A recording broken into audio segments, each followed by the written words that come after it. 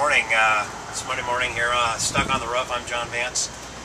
Obviously stuck on the roof here at Peoria Nissan at 9151 West Bell Road. And joining me this morning is Tim Iden from the Fire and Life Safety. He's a Fire and Life Safety Education Specialist with the Peoria Fire Department, and also James Neely, who also represents the Peoria Fire Department. I just want to welcome you guys to the roof. Thanks for coming up. Thanks for having us. You bet, taking time out of your day, all that kind of good stuff. Hey, we're going to talk about, let's talk about car seat safety, right? I mean, a big issue.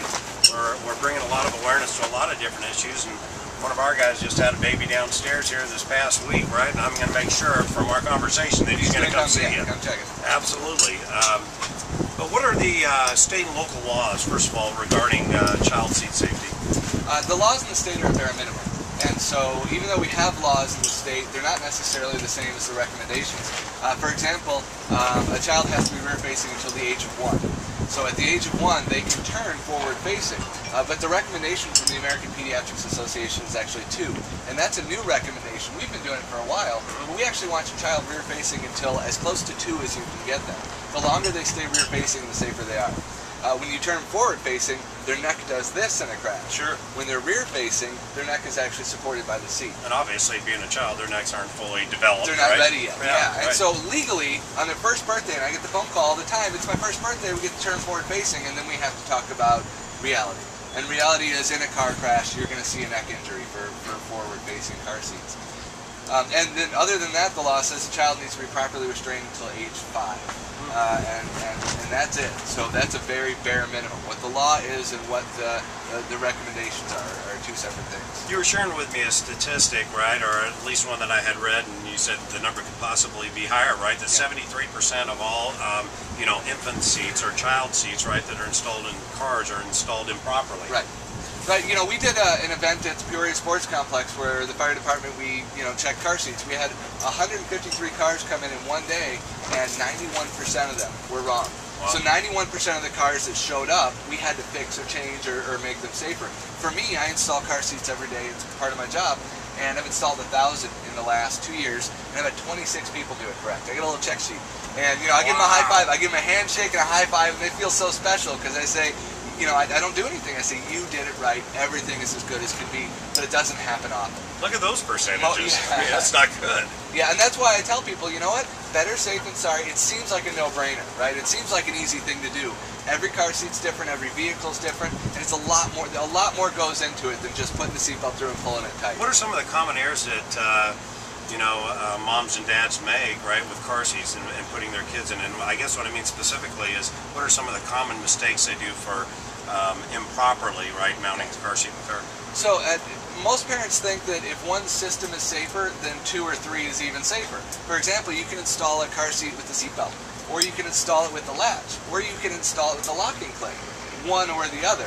Parents come in and they have the latch and the locking clip and the seatbelt, and they're using 3 different systems because they read the owner's manual and that's what it tells them to do. Well, if you read carefully, it says one or the other. A lot of parents know that the center is the safest position of the vehicle, so they install in the center, but then they use the latch. Most vehicles don't have the latch system. Those are the lower anchors that clip into your car. Most vehicles don't have them in the center, so they're installed improperly. Not tight enough. The seat will move more than an inch side to side. The harness isn't in the right position. The errors are pretty common that people just don't read the owner's manual, or when they do read the owner's manual, it's written by lawyers. It's pretty complicated. So it's also kind of interesting, right? You think about this even with your own kids, and mine.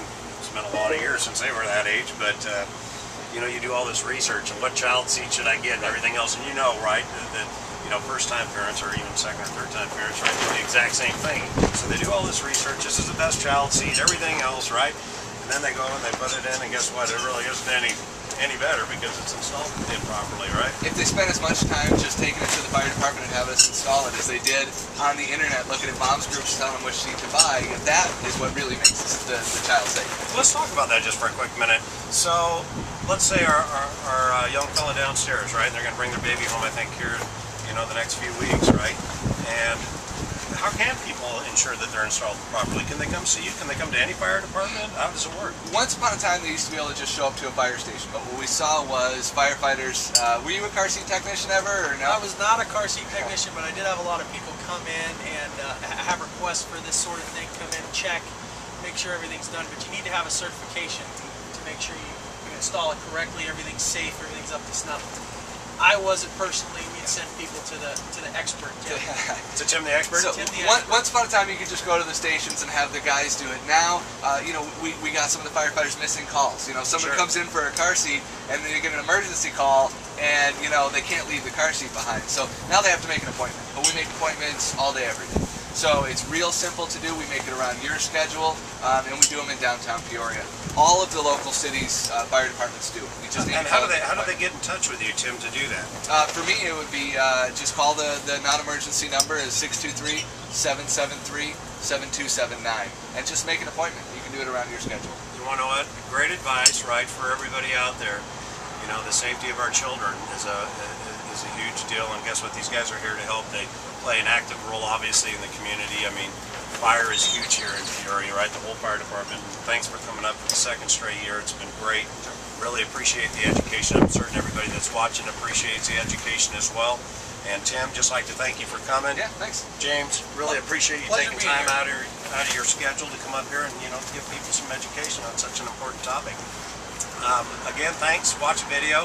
It'll be posted on stuckontheroof.com as well as Peoria Nissan Facebook sites, our website at peorianissan.com, and I'm certain probably on Peoria Fire as well. I'm John Vance here at Peoria Nissan, stuck on the roof, 9151 West Bell Road. Until our next meeting, thank you very much.